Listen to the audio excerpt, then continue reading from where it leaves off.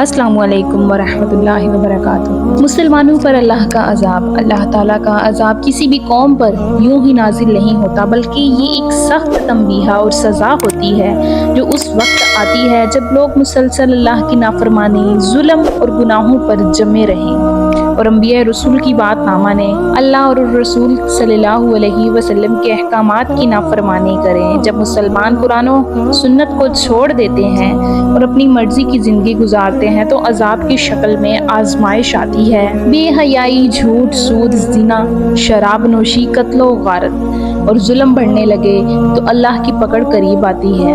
جب معاشرے میں انصاف ختم ہو جائے اور طاقتور کمزور کو کچلنے لگے تو اللہ کا غضب نازل ہوتا ہے۔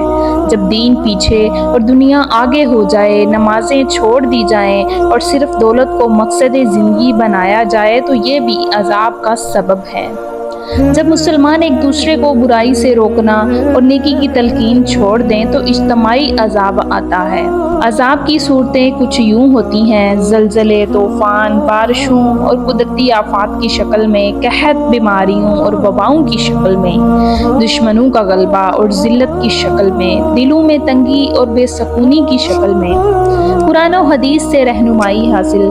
اللہ تعالیٰ فرماتا ہے، اور تم پر جو مصیبت آتی ہے وہ تمہارے اپنے ہاتھوں کے کیے ہوئے اعمال کی وجہ سے ہے، اور اللہ بہت سی باتوں کو معاف فرما دیتا ہے۔ رسول اللہ صلی اللہ علیہ وسلم نے فرمایا، جب تم لوگ برائی دیکھو اور اسے ہاتھ سے نہ روکو، زبان سے نہ روکو اور دل سے بھی برا نہ جانو تو قریب ہے کہ اللہ کا عذاب سب پر نازل ہو جائے۔ لیکن یاد رکھیں، اللہ کا عذاب مسلمانوں کے لیے اکثر تنبیہ اور بیداری کے لیے آتا ہے تاکہ وہ توبہ کریں اور واپس اللہ کی طرف پلٹیں۔ اللہ تعالیٰ نے بارش کو انسانوں، جانوروں اور زمین کے لیے رحمت بنایا، لیکن بعض اوقات بارش زیادہ ہو کر آزمائش یا عذاب کی شکل بھی اختیار کر لیتی ہے۔ زیادہ بارشیں آنے کی وجوہات: رحمت کی شکل میں زمین کی سیرابی تاکہ کھیتیاں اگ سکیں اور روزی کے ذرائع پیدا ہوں، خشک سالی کے بعد سکون۔ جب لوگ قحط سے دعا کرتے ہیں تو اللہ زیادہ بارش عطا فرماتا ہے۔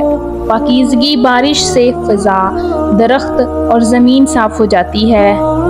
گناہوں کی کثرت: جب لوگ کھلم کھلا اللہ کی نافرمانی کرنے لگیں۔ ظلم اور ناانصافی: جب معاشرے میں انصاف ختم ہو جائے اور ظلم بڑھ جائے۔